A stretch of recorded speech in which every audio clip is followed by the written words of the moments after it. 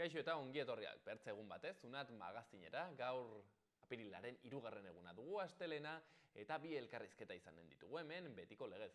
Lehenik eta behin, Miriam Otsotorenarekin egonen gara, bera CEPAENeko Nafarroako nekazal ekoizpen ekologikoko kontseiluko lehendakaria da, badakizue zikilutxo hori jartzen dutenak, kontrol horiek egiten dituztenak, baita ere ekoalderen edo geltokiren atzean dagoen entitatea bera da, CEPAEN, eta bertako lehendakari Miriamekin egonen gara, erraten genuen moduan, solasean. Zergatik? Bueno, Nafarroko gobernuak foru dekretu bat atera duelako, eta foru dekretu horrek ekartzen du CEPAENen funtzioak zertxo baita regulatzea, eta, hau da bereintzat haien iritzia, enpresa pribatuei bidea, atea irekitzea, zikilutze kontrol proiektu hauetan parte har dezaten. Eta horretaz gain, CEPAENen ere bertze funtzio batzuk edo bertze egitasmo batzuk ere gutxitzen dire, hoien artean sentsibilizazioa eta produktu ekologikoen promozioa. Bera kontatuko dugu, hobe zer den hor atzean dagoena eta zein den haien iritzia. Bigarren elkarrizketa berriz, kultura kontuez, arituko gara. Kasu honetan, Sandra Iraizozekin, bera idazlea dugu, eta oraitxen kaleratu berri du bere azkeneko lana, El Misterio de Aralar izenekoa, gaztetxoei zuzendutakoa, eta bera kontatuko dugu zertan datzan liburu hau. Guzti hori baino lehen, has gaitezen betiko edukiekin. Lehenik eta behin, efemerideak.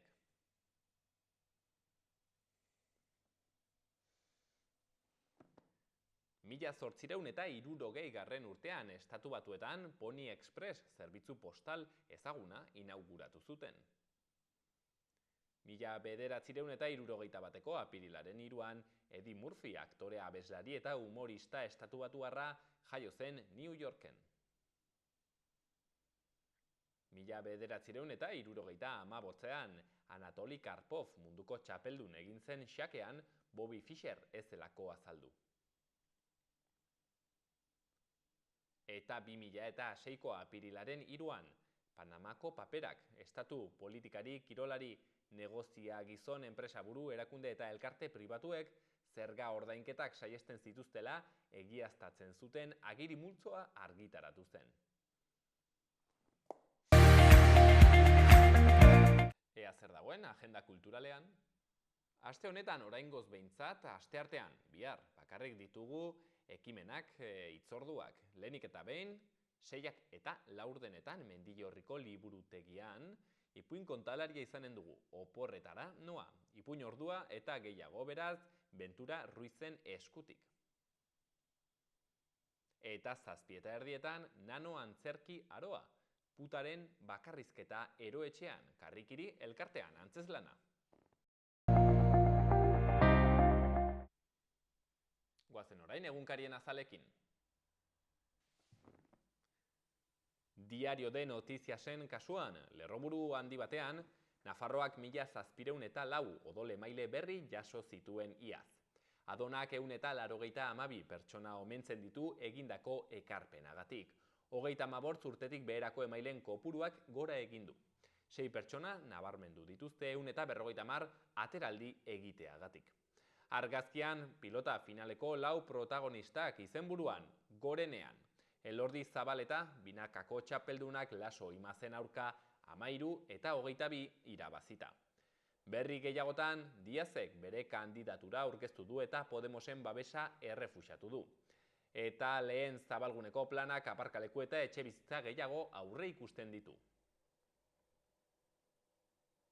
Diario de Navarraren kasuan, Nafarroko Volkswageneko ekoizpenaren beherakadak 718 hornitzaile mehatxatzen ditu. Gutxienez, 10.000 lanpostu daude Landabengo plantaren zati batean. Argazkian, binakako eskupilotako finaleko podiuma. Izenburuan, Zabaletaren 4. Zabaletak eta Elordik Laso eta Imazi arenan, Navarra arenan distirarik gabeko final batean irabazi diote. Bertze argazki batean, 5.000 ehiztari baino gehiagok lege animalisten aurkako aldarria egin dute Iruñean. Manifestazioaren arabera, ehiza askatasuna da eta arau berriek landa munduari entzungor egiten diote.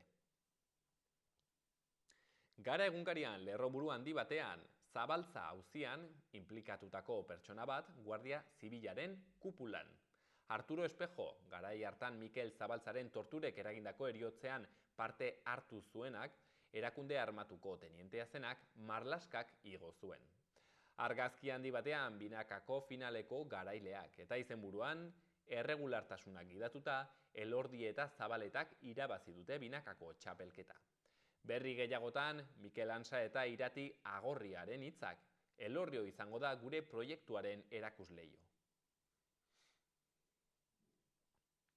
Eta Euskal Herria irratia bukatzeko, jokoa kaskarra, emaitza ona, defentsan irmu eta erasoan kamuts aritu zen Osasuna, Son Moixen, gorritxoek 4 jardunaldi daramatzate jada golik sartu gabe.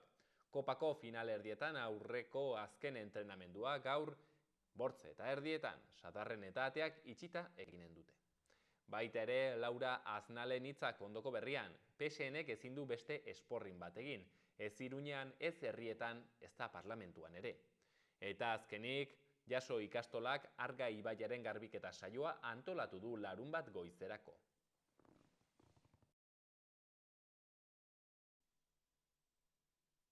Gaurko eta biharko eguraldia.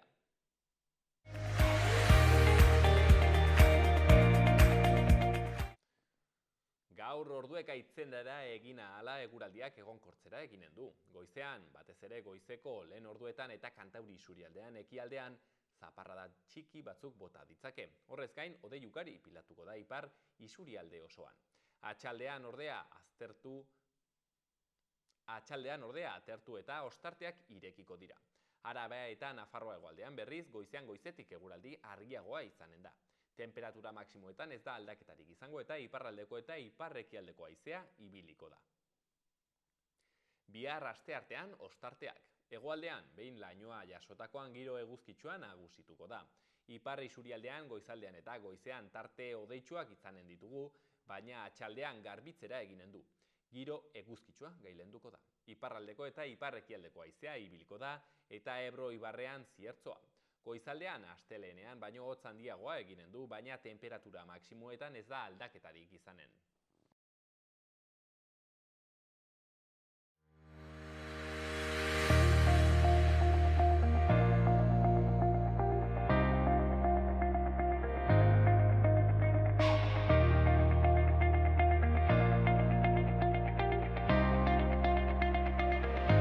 Nafarroko gobernuak foru dekretu bat atera zuen duela aste pare bat, eta bertan Nafarroko nekazal produktu ekologikoen kontseiluaren funtzioak, bakizue, NNPek edo CEPAen hori, seguro ikusi duzuela, produktu ekologikoetan noizbait ere zigiletsu hori, hor atzean dagoen erakunde horren nolabait ere funtzioak eta erregulatzen zituen, eta CEPAenek nahiko modu negatiboan baloratu du aldaketa hau. Beraz, gaurkoan egon nahi izan dugu, hain zuzen ere, CEPAeneko NNPeko lehendakaria den Milen Otsotorenarekin. Behintzat apirilera arte lehendakaritzan ibiliko dena, zeren gero aldatuko da. Beraz, behin-behineko lehendakaria erranen dugu.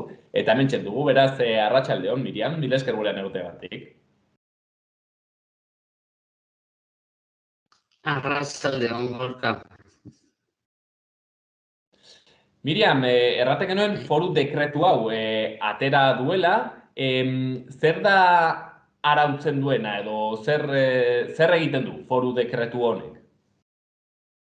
Azkenean dekretu hori regulatzen du edo markatzen du alde batetikan nola izan behar den nekazaritza ekologiko Nafarroan, nor ziurtatzen duen produktuak ekologikoak direla, egiten du hor prozesu hori, baita ere regulatzen du promozioa nork egingo duen, eta pixkat regulazio osoa nekazaritza ekologikoan inguruan Nafarroan nola nahi duten garatzea.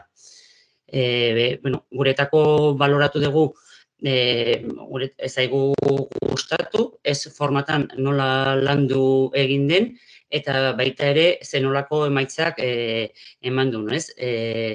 Edo, zenolako dekretua atera duten, ez? Ikusten dugu ez dela positibo lehenengo sektorearen dako, edo orain arte guk ere egiten ditugun beste funtzio batzuk eta egiten genituen lanak kentzen digun, ezabatzen digu dekretu honek, eta beste alde batetikan baita iriketzen du ateak zertifikazio pribatuari, ez? orain arte, CEPAEnek egiten zuena zen alde batetik kontrol y zertifikazion, entitate publiko bat ginen, eta bakarrak hori egiten genuna, ez? Eta gainera, nekazarien eskutan zegon elkarte bat, ez? Edo konseilu bat. Gero beste aldetikan promozioare lantzen genuen, eta beste aldetikan genukan beste area bat edo arlo bat lantzen genuna zala proiektuak deitzen geniona, azkenean hor egiten genuna zen lana lehenengo sektorea, nekazarientzako laguntzeko bai formakuntzai, bai asesoramenduan, bai estrukturak berriak sortu behar baldin badira, beharrezkoak genitunak sektore ekologikoan, sektorea Nafarroan gehiago garatzeko, ez? Eta oden arribideek izan liteke alde batetikan ekomerkatu bat, proiektuen bitartez sortutakoa, baita ere geltokin, geltoki sortu zanean CEPAEnen hor dago eta bultzatuzun olako estruktura bat sortzea Iruñan herrian, baita ere ekoalde dala eskenean ere nekazari txiki ertainako elkarte bat non laguntzen digun gure produktuak Nafarroan zehar banatzeko, ez? Gu nekazari txikiak ez daukagu almena egunero ibiltzeko dendaz, o tabernaz banatzen edo kolektibitatean gure produktuak sartzen, eta orduan proiektuen area hortatekan egiten zeguna zen lagundu estruktura berri horiek sortzeko gure produktuak Nafarroan lantzen dugun produktu horiek Nafarroan konsumitzeko, eta gure kalitate bizitza edo hobetzea eta estrukturak ere hobetzea ekologikoan ez direlako existitzen, ez? Eta poliki ere nekazaritza ekologikoru jun behar baldin badegu, elkarrekiko lan bat behar dugu, aurrera egiteko. Miriam, kontu batzuk argitzearren, CEPAEN edo ENPEK hau egitura bezala Nafarroko gobernuaren departamentu bat da edo nola ulertu behar dugu? Hau da, nizarrakit, egitura edo instituzio publiko bat da CEPAEN? Bai, dauka parte bat publikoa, azkenean CEPAEnek dauka delegatuta edo lan hori ematen digute, kontrol eta zertifikazioan garatzeko. Hori zer da, azkenean gu ziurtatzen dugu, departamentua guri pasatzen digu, bai ustiategietan begiratzea betetzen direla hauarak, Europako arauak ekologikoa izateko produktuak, baita erabolatzailena, eta gugera ziurtatzen duguna produktu hori ekologikoa dena, ala ez, ia betetzen dituen arauak edo ez, alde batetikan hori, eta hori bai funtzioiek ditugu delegatutak departamentutik. Orain arte ginen autoridad unika lan hori egiten genuna, ez? Eta dekreto berriakin, bai irikitzen da aukera, CEPAEN izatera, aukera hori daukagu, baina baita ere irikitzen duatea enpresa pribatua sartzeko lan hori egitera. Ez gera izango la unika autoridad de kontrol, edo gerta daiteke izatea, edo ez. Eta sektore bezala iruditzen zaigu, izan behar dela zertifikazio bat kalitatezkoa bai, publikoa ere bai, eta ez izatea pribatuen eskutan egotea lan hori egiten dutenak.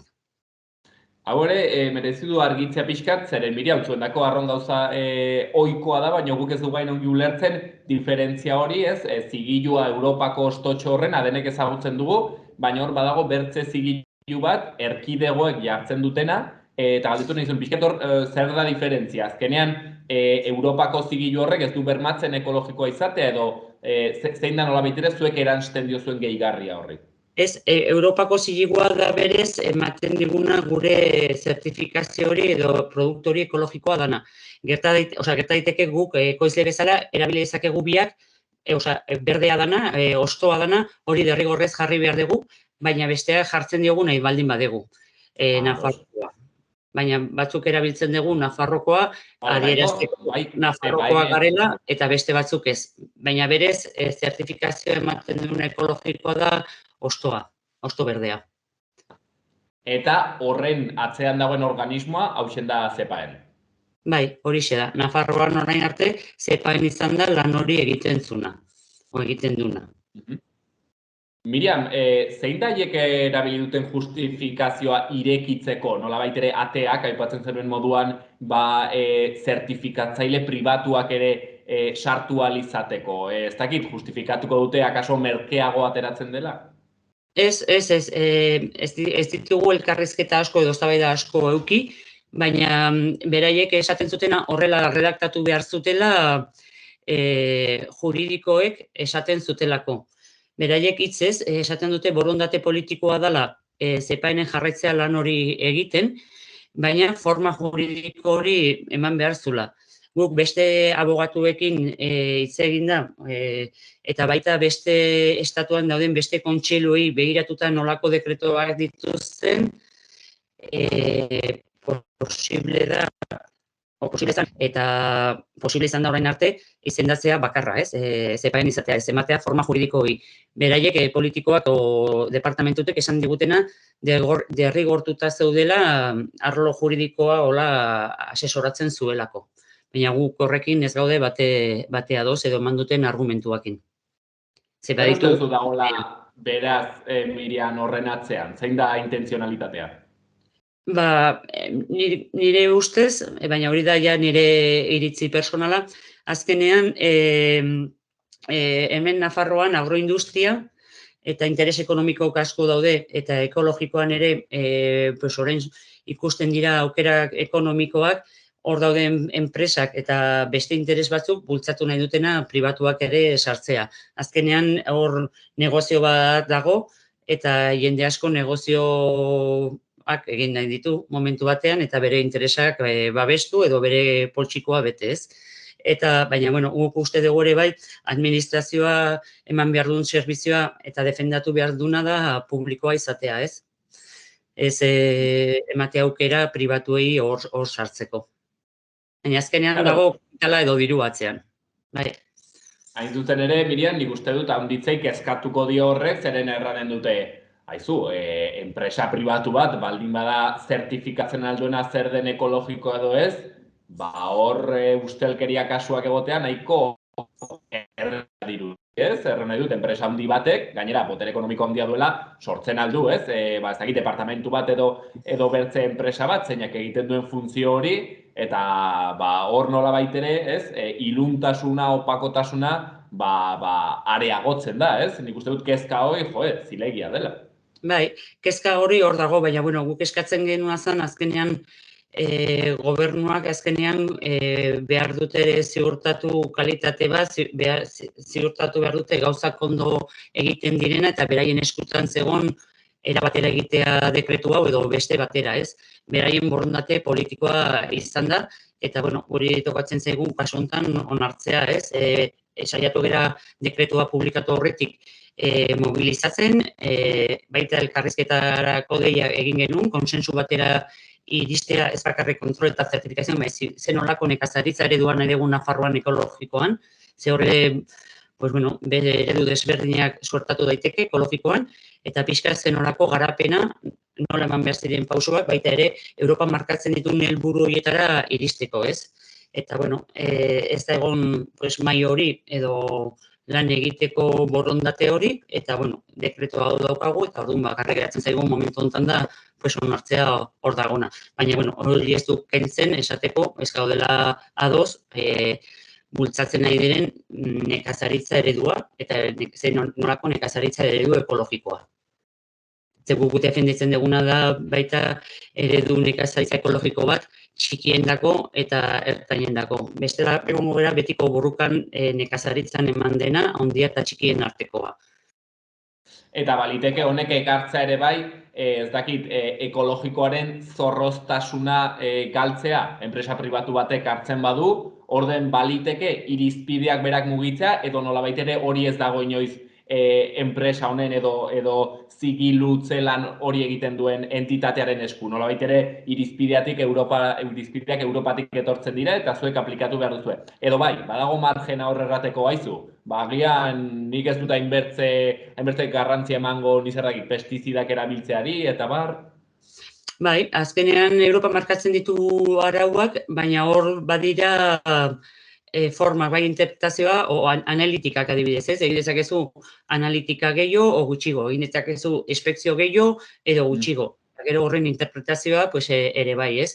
Eta, guk horrein arte zepaen guk egon garenean horranean egin nahi izan ditugu inspekzioak urtero soro guztietara ekologikoan daudenak, egiten ditugu urtero tokatzen zaigunean, baino baita ere inspekzio sorpresak, egin ditugu ere analitika gehiago, arauak eskatzen duna baino gehiago, iruditzen zaigunako egin behar direla, ez? Egin behar direla konsumitzailea ere eukiteko garantia hori egiten ari garena, ondo ari garena egiten, ez? Ez dela bakarrik zigilu bat, edo marka bat, edo moda dagoen zerbait baizik. Horratzean, baita ingurugiroarekin eta egiten ditugun gure lana, benetan horrela egiten degula, ez? Ez izatea moda bat. Baizik pixkat hori, zaindu gure tokatzen zaigun guztia, ez? Nekazari bezala. Miriam, pentsatzen duzu, eta hau zure iritzi pertsonala beti izanik, balitekeela agroindustriako enpresa hauek ematea nolabait atentzio toke bat eman izana Nafarroko gobernuko arduradunei, erranez, haizu, enekoak hauek pixkat zorrotzak dira, ea hori moldatzen alden zertxo bai. Bueno, egia esan agroindustria Nafarroan potere handia dauka, bai departamentuan eta bai egunekotasunean, eta izan liteke, eta egia da, aitu izan dugu enpresa handi batzuei, azkenean dena begiratzen da, zepaenetik inspekzio bat egiten zanean, ez, keja bezala. Guk igual txikiak kejatzen gera, burokrazia handia dala, baina ez etortzea gure gana, ez, azkenean papeleoa dolan gehiago dagolako, baina beraiek kejatzen ziren gehiago begiratzen dute dena, noski, dena begiratu behar da, ez, eta baita ere naiz da ez gustatu paperak egin behar dira ere bai, egin behar ditugu, ziurtapen hori edo garantia hori emateko. Azkenean agroindustria indarra dauka, ikusten nahi zaila ekologikoan sartu direla, baina beste eredu batekin, beti esaten dut. Guk azkenean guk hemen ekoizten dugu, guk hemen eraldatzen dugu, eta gure asmoa izan da beti hemen saltzea, ez, albaldin badegu, eta hoien naia ikusten dira, alta daudela elaboratzaile moduan, eta kanpotik ekartzen dituzte produktuak, prezioak hasten dira jeisten Nafarroko nekazariei, eta orduan, ez da orain arte izan den guretako alternatiba bat herriak ere bizi irauteko nekazaritzatik, baizik sartzen gera beste parametro batzutan, ez? Kapitalismo, eredu horietan, ez?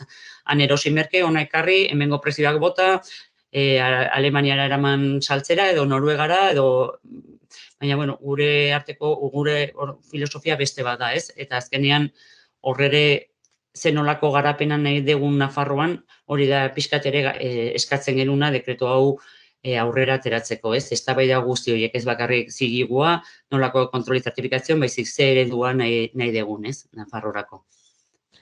Kontrol eta zertifikazio horretan, Miriam, zuek bazenuten edo egiten du zepaenek lan hori pixkat gehiago penalizatzea edo puntuatzea ez bakarrik ekologikoan, ez, nolabait ere zentzu ertsi horretan de pestizidak bota edo ez, baizik eta pixkat urrunago joan da, ez, zeren aipatzen zenuenaren aritik handizetan jendeak erraten du, haizu, baina nola deitzen altzaio ekologikoa Australiatik ekarritako litxu bati boltsa batean datorrena, ez? Gauz horietan nolabait ere enpek edo zepain sartzen altzen eta erran, ez, haizu, hemen ekoizten bada, hori ekologikoagoa da nolabait ere. Ez, hor kontrol eta zertifikazioan ez, ze azkenean letxuga horiek kanpotik etortzerakoan betetzen baldin badute arauak ematen dira onak bezala, eta aldatu daiteke tomateak den delakoa, letxuga igual ez, baina, tomateak, baina bai promozioan eta bai proiektutan egiten genuen lana, zan begira pixka sensibilizazio hortara, ez? Bai konsumitzailei eta bai nekazariei bestera bateko ekoizpenak eta konsumoa eraldatzeko, ez? Guk bultzatu izan deguna bai ferien bitartez edo egiten genitun proiektuekin zan gehiago de relocalización de las producciones, ez? Eta bultzatu ere ekoizleei erostea zuzenean, baita ere prezio duinak eukitzea nekazariek enpresetara saltzen dugunean edo dendei saltzen dugunean, baina gehiago sartzen zen bai proiektutan eta bai promozioan egiten genuna, ez? Saiatzen ginen feriak hemen izatea eta hemengo konsumoa bultzatzea. Kontrol eta zertifikazioa hor bakarrik sartzen dira begiratzea zigiguak ongi dauden, egin dituzun lana, kanpotik datozten zigiguak, betetzen dituzten arauak, eta gero gure inspekzio auditorien bitartez, ia lana ondo egiten ditugun. Baina bai promozioan eta proiektuan, bai lan hori, edo sensibilizazio lan hori, edo promozio lan hori lantzen da. Aipatu dituzu, orain egin zuzen ere, bertze kontu batzuetan ere kalteak eragiten dituela foru dekretu honek, aipatzen genuen promozio horretan, pixket nekazaritza lokal ekologiko hori egituratzerak orduan, ea azaltzen aldi guztun zergatik, hau da, foru dekretu horrek ez du bakarrik erregulatzen nolabait ere nork egin dezaken zigilutze lan hori, ez? Aipatzen genuela, leno bakarrik zepainek egiten zuela, eta orain badirudi irekitzen dela atea besteek egitera, hortik aratago ere bai ekartzen ditu bertze aldaketa batzuk, foru dekretu honek, aipatzen zenuen promozio eta sentsibilizazio kontu hauetan.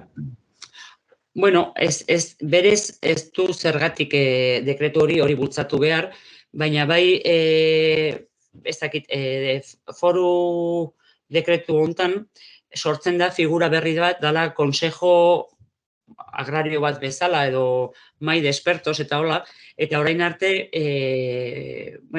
hor daude, hori ez dan existitzen, eta zepaen zan pixkat nekazaritza eta departamentua nekazaritza ekologikorako transizioa edo, lanak egiten zituna markatzen genituen gu, eta, departamentua eta bakoitzaren norbera, ez?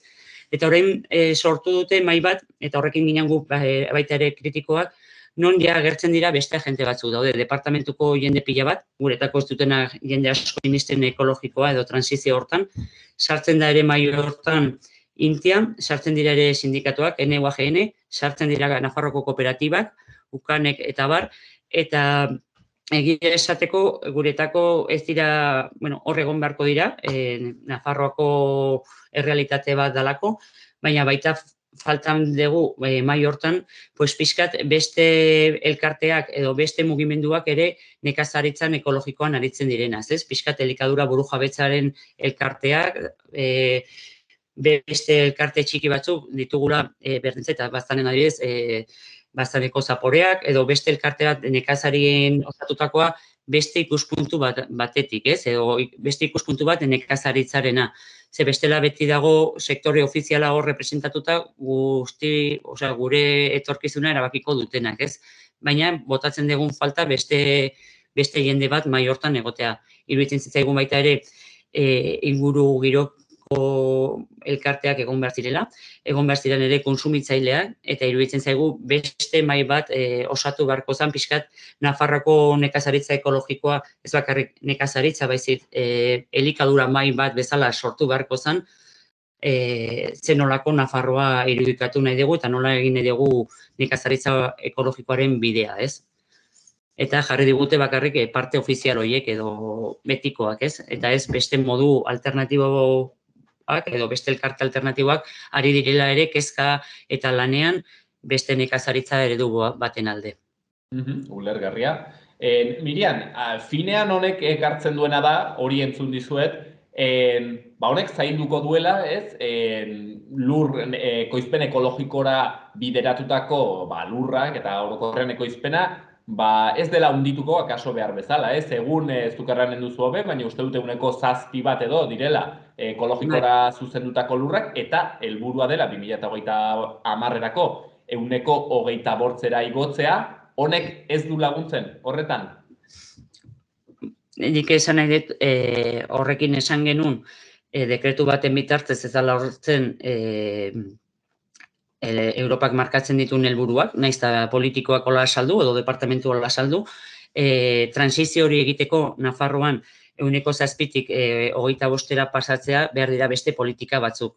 Eta politika horiek transiziorako egitea edo aldaketa horiek egiteko baita ere departamentuan eskuatan daude, ez? Hor daukagu PDR-a, diru laguntzak ematen dutenak zenolako nekazaritza eredua nahi dugu edo zer bultzatu, eta horietan aldaketak ez baldin badira ematen, ez da aldatuko nekazaritza ekologikoaren haundipena. Baditugu zenbait lege, ez dutena bultzatzen nekazaritza ekologikoa. Azkenean, departamentuan ematen nahi diren politika da bi ereduak posible direla elkarbizitzea, esaten digute ekologikoek subentzionatzen duten edo bultzatzen dutela, baita ere bultzatzen dute nekazaritza intensiboa, makrogranjak bultzatzen dituzte alako guztiak. Eta bi ereduak bultzatzea ezinezkoa da, batetik garaile ateratzen da, eta kasu honetan da beste eredua, eta gurea hortxe gaude, baina gaudenak. Ez baldin maizu benetan politikoki hori bultzatzen, ez dugu iritsiko Europak markatzen dituen helburutara. Adibidez bezala jarri nahi dizut. Azkenean gaude 7 urte falta dira, ez? Nekazari zarpila gera, mediarengatik, ez? Oso gazte gutxi instalatzen dira, eta 7 urte hauetan instalatzen diren gazteak modu ekologikoan instalatzen ez baldin badira, ez ditugu ere beteko etorkizunean behar ditugun emaitzak. Jendea instalatzen baldin bada modu intensiboan edo konbentzionalean, oso zaila da pausua ematea. Eta nahi baldin baditugu helburuak lortzea, hemendik aurrera, hurrengo urteetan, egin beharko ziren ja subentzionatu benetan instalakuntzak ekologikoak. Eta intensiboak eta makrotxaldeei diru laguntzak eman. Bestela hor jarraitzuko dute bere ereduan. Orduan, beraien eskutan dago bat bultzatzea edo bestea. Biak ezin dira... Ez dira biak aurrera egingo, ekologikoa ez du aurrera egingo. Miriam, neurri honen, foru dekretu honen erantzulean, norbait jarri beharko bagenu, Itziar Gomez da, hau da ingurumen eta landa garapenerako kontseilaria? Bai, bera dago nekazaritzan burua, berea izan da asmoa. Pentsatzen dut ere bai, gobernu hortan egonda, gobernu guztiaren ardura izan dela, edo ikusi izan dutela horrelako dekretu bat aurrera ateratzea. Azkenean guk egon ginen dekretu bat atera horretik borradorea ezagutu genunean, gure kexa eta gure protesta, eta egin genuen konzentrazioa, eta jaso genuen babesa zenbait ere eragilena, eragile desentena, hori guztia trasladatu genuen ere partido politiko guztiei. Eta, bueno, hor ez dira posizionatu gure alde, ez da egon ez da bai hori, orduan ulertzen dut da erabaki den ez bakarrik Itziar Gomez, baina politikoki talde desberdinetako apostua, ez? Alderdi zenbait kontran agertu dire, neurri honekiko, nola egon da lehia hori? Ez digute egia esan kaso ondirik egin, bai EH Bilduk acuerdo programatiko edo presupuestotako sinatzen dituzten gauz horiek, bai eskatzen zuen izatea CEPAEnek única de autoridad de control zertifikazioan. Parte hortan bai Bilduk aposturi egin zuen. Bai. Azkeneko galdera, Miriam, badu atzera bueltarik foru dekretu honek? Ez, esperientzangatik, baina, bueno, ez nahi zola, baina hori baita da, nire iritzi personala. Azkenean, nire urteak ditut, eta ikusi izan ditut, nahiz eta borrukatu dekretoak, nahiz eta ikusi ez dutela funtzionatzen, dekreto bat daukagunean Nafarroan, behintzat 20 urte ematen du hortxe. Kostatzen da asko ateratzea, kostatzen zaie, baina kentzea ere bai, eta 15-20 urte eukiko dugu olako dekretoa. Bai. Ez naiz optimista alde hortatikan.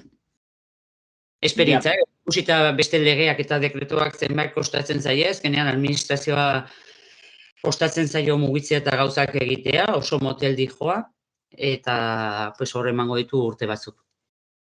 Apirilean lehendakaritza usteak ere badu, zer ikusia optimismo falta? Ez, ni alde hortatik lehendakaritza ustearena pozik nago lehendakaritza ez egoteakin, personalki.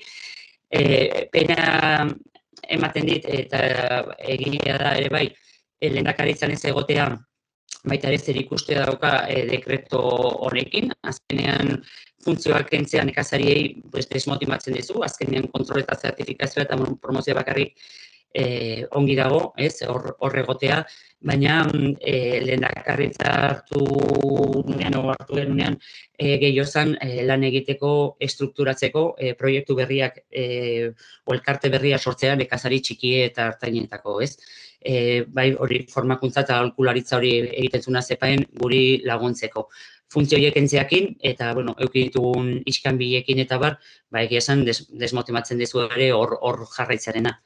Eta bueno, azkenean zure lanbidetik uzten baldin badituzu orduak, behintzat izatea gustatzen edo lan egiteko guztiendako diren gauzak onerako, ez? Egotea hor egoteagatik ez zait motibatzen, egia esateko. Miriam Otxotorena, Nafarroako nekazal produktu ekologikoen kontseiluko lehendakaria apirilera arte, eta gaurkoan solasean foru dekretu horren inguruan, Zepanek bere desatostasun handia atera du, kaleratu du, adierazi du, bertze nekazaria hainbatek ere bai, babestu zuten Zepaenen postura, baina Miriamek erraten zigunez, printzipioz, foru dekretu hori onartu dute, eta hortzen egonen da, badirudi behintzat, urte andana bat. Miriam, eskerrik asko.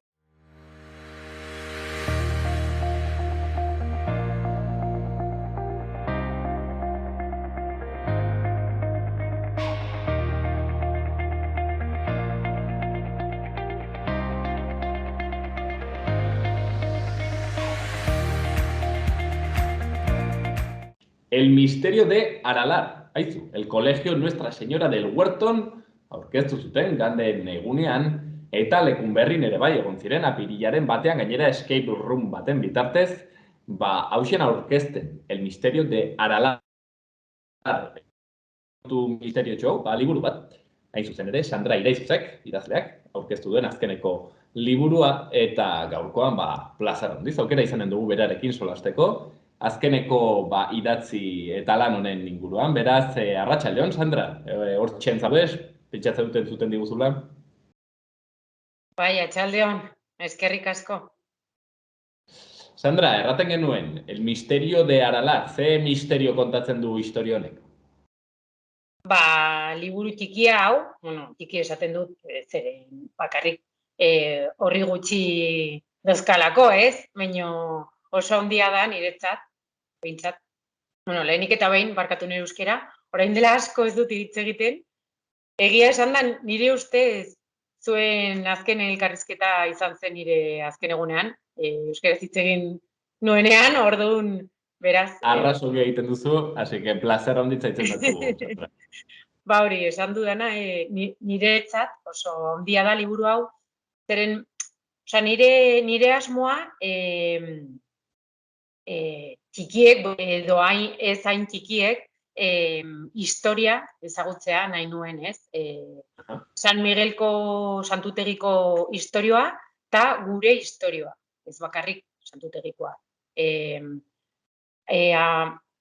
12. mendekoa da, gutxi gora bera, liburua, eta asko irakurri behar izan dut ongi dena jartzeko, ez? Eta horregatik, nahi nuen hori, haiek ere ongi dena ezagutzea. Zein da, Sandra, trama? Zer da gertatzen dena sinopsi moduan, gaizaren errateko eta guri usteko irakurtzeko gogoa gainera? Hori, misterioa da, ez? François eta Tom joaten dira, frantsesak dira, ez? Eta joaten dira santutegira lana egiteko. Eta justo hor zeundenean, desagertu egin zen, ezin dut esan, gauz bat, esan gut gauz bat. Desagertu. Desagertzen da, gauz bat, eta beraien errua esaten dute dela, eta haiek esaten dute, ez da gure errua, gu ez gara izan, gu etorri gara lana egitera, seria de tontos, ez? Hori egitea. Eta beraiek ikerketak egiten ari dira, berak ez dela hori demostratuko, ez? Hortxen, trama horrekin, hasten da kontu guzti hau. Sandra, galdera zenbait guk ulertzeko liburua honen nondik norakoak, lehenik eta behin, aurrei edo gaztei zuzenduta dago?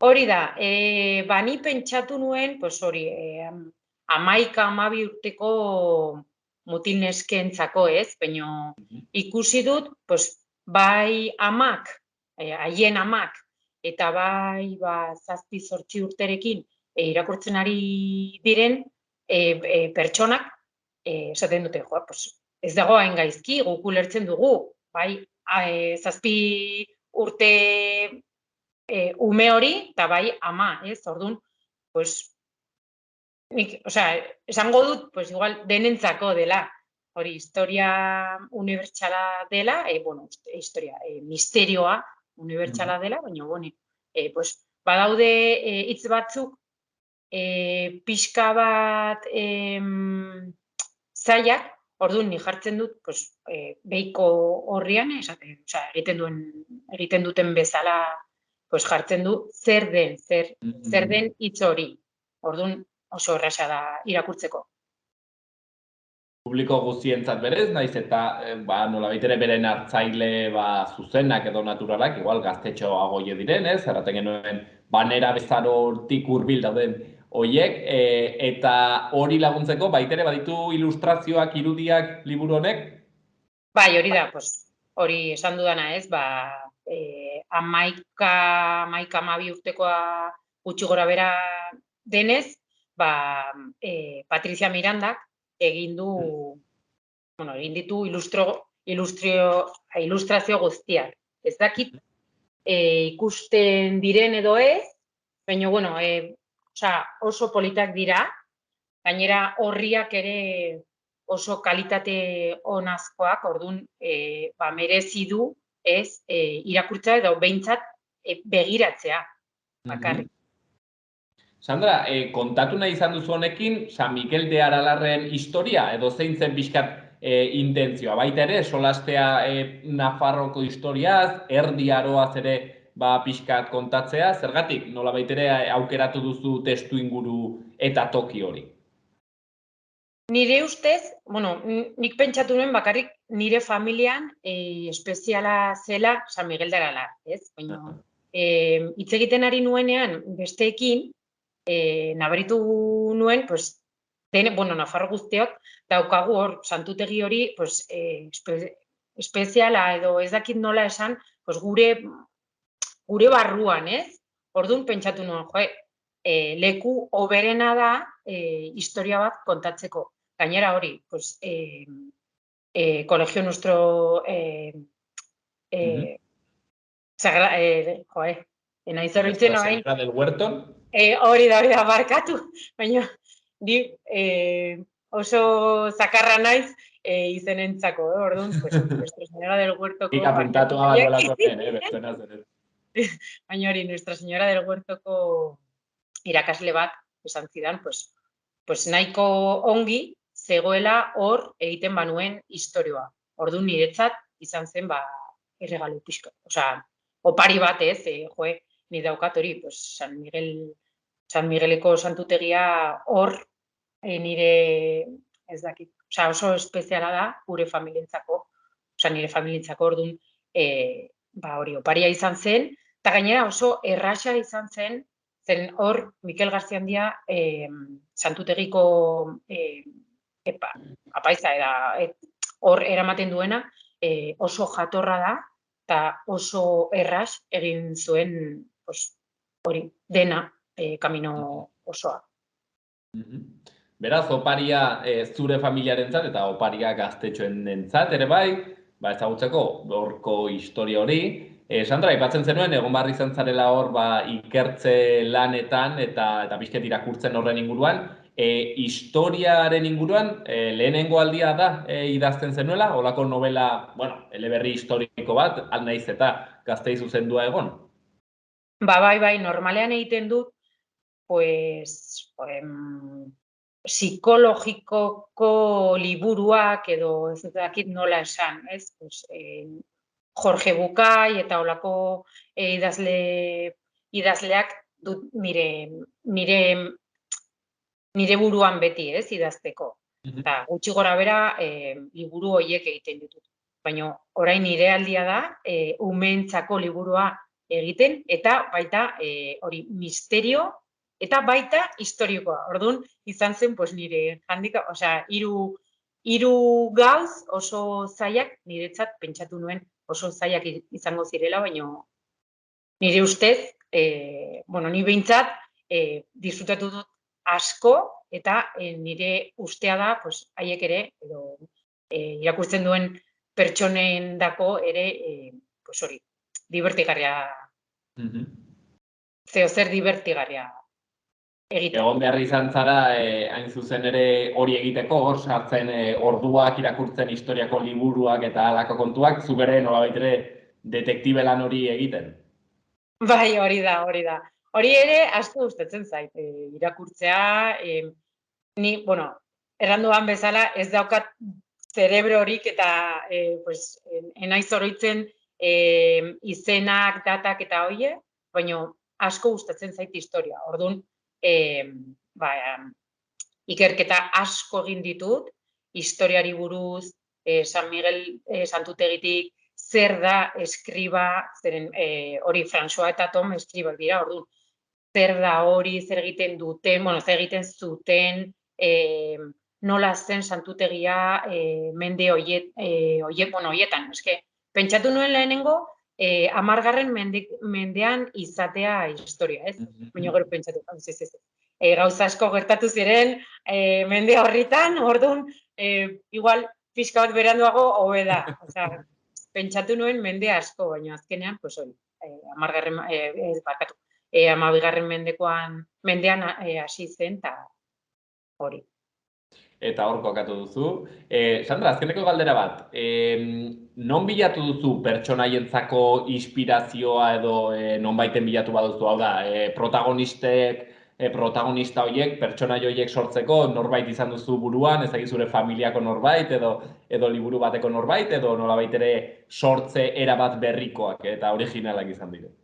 Ba, normalean hori egiten dut, ez? Pentsatzen dut pertsona bat ezaguna, baino, osea, liburu honetan ez dut inor barkatu pentsatu. Bakarrik izan zen nire burua, osea, gau batean idatzi nuen, ikerketak egun asko behar izan dituen, hori ikerketa horiek egiteko, baino idatzi, osea, benetan idaztea bakarrik gau batean. Eta dena, osea, hola izan zen, nola da François? Pues, ez daki zer, ez daki nola, ez daki zer, eta gero, eta Tom nola? Ez daki zer, ez daki nola, ez daki zer, eta hasi nuen. Venga, hasiko naiz. Eta gau batean bakarrik egin nuen historio osoa. Eta, bueno, bai. Genio handiak bezala, Sandra. Zer, barkatu? Genio handiak bezala. Bueno, genioa edo leloa bezala, ez dakit. Baina egia esan da, osea, bai, hori, ikerketa oso importantea izan da liburu hau egiteko, eta ez bakarrik hori, historia edo santutegiaren ikerketa. Baizik eta, osea, escape room ere egin da honi buruz, ez? Orduan, nire buruan neukan pista hoiek gutxi gora bera non egon behar izan zituzten, ez? Orduan, esan nuen, bale, bat hemen egongo da, beste hau hemen, beste hori ez dakit, no. Ta horrekin, eta gauz guztiak neuzkan buruan, esan nuen, venga, jazta. Eta orduan hasi nintzen idazten. Sandra, alba zenuen denboran atzera egin, hola makina horietako batekin, joan entzinen, mende horretara, bueltaxka bat.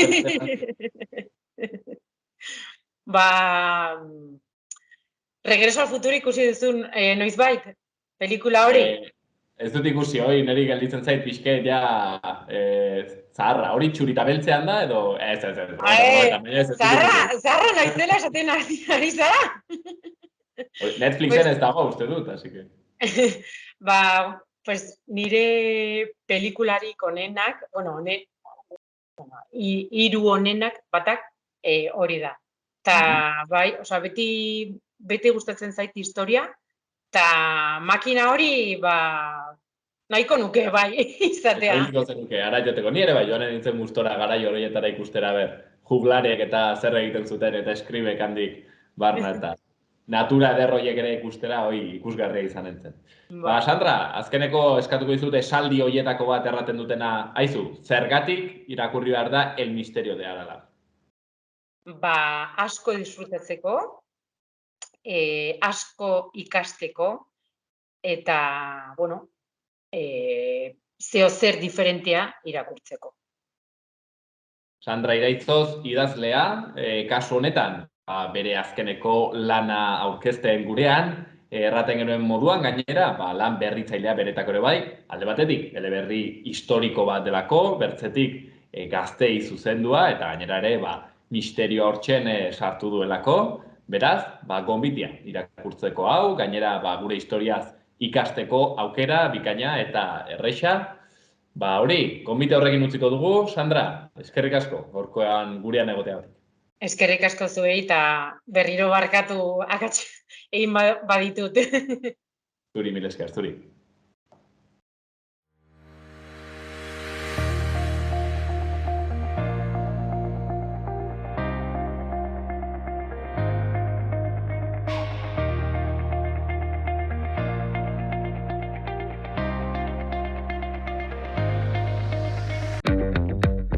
Ea nahi dudan, jakina. Eta argiaren fakturan aurreztea. Eta gasarenean. Ona da planetarentzat. Eta orain diru laguntzak dituzte. Inbertitu efizientzian. Egin zure etxe bizitza efizienteagoa eta jasangarriagoa. Eta aurrezten lagun diezazula. Birgaitze eraginkorra.laboralkutxa.eus. Ikus ditzagun orain, Iruñerriko udaletako albisteak. Arangurenen kasuan lehenik eta behin jakinarazi dute, polikiroldegiko instalazioak itxita egonen direla 2023ko aste santu honetan. Eta horretaz gain Aranguren Ibarreko udaleko kultur eta jaia alorrak 2023ko Mutiloako jaien egitaraurako azalen lehiaketan deialdia egin du. Bisari ditu, hori bai, aurren kasuan 120 euro ikasmateriala erosteko txartel batean, eta helduen kasuan 600 euro. Kopuru horri PFZ-ari dagozkiona atxikipena eginen zaio, noski. Iruñaren kasuan berriz, hirigintza gerentziak astelehen honetan ezagutuko du San Jorge eta Salestarren bi lursailen enkantea esleitzeko proposamena. San Jorge lurzatia etxebizitzak eraikitzeko erabiliko da eta Salesianos lursaila berriz ekipamendu komertzialerako. Horrez gain hirigintza gerentziak astelehenean gaur bertan aztertuko du Azpilagaina hegoaldea urbanizatzeko bigarren faseko obren esleipena. Uda berrian hastea aurre ikusten da. Bide berri bat eginen da Zaragozako etorbidearekin lotzeko eta eremu horretan aurre ikusitako zerbitzuetarako azpiegiturak osatuko dira. Eta azkeneko berri batean, Belosoko aldaparen bidez Iruña eta Burlata lotuko dituen oinezkoentzako eta bizikletentzako. Erraiaren linea horren obrak 7,7 milioi euroko inbertsioarekin hasiko dira aurten. Iruñeko eta Burlatako udalek Next Generation EU funtsen bidez finantzatuko hitzarmena sinatu dute Nafarroako gobernuarekin.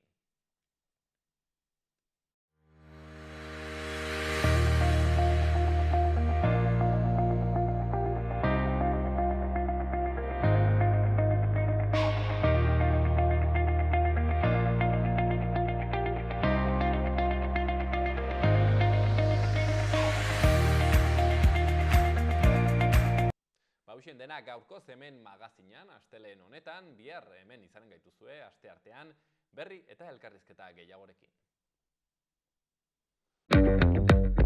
Ea nahi dudan, jakina. Eta argiaren fakturan aurreztea. Eta gasarenean. Ona da planetarentzat. Eta orain diru laguntzak dituzte. Inbertitu efizientzian. Egin zure etxe bizitza efizienteagoa eta jasangarriagoa. Eta aurrezten lagun diezazula. Birgaitze eraginkorra.laboralkutxa.eus. Gobierno de Navarra. Nafarroako gobernua.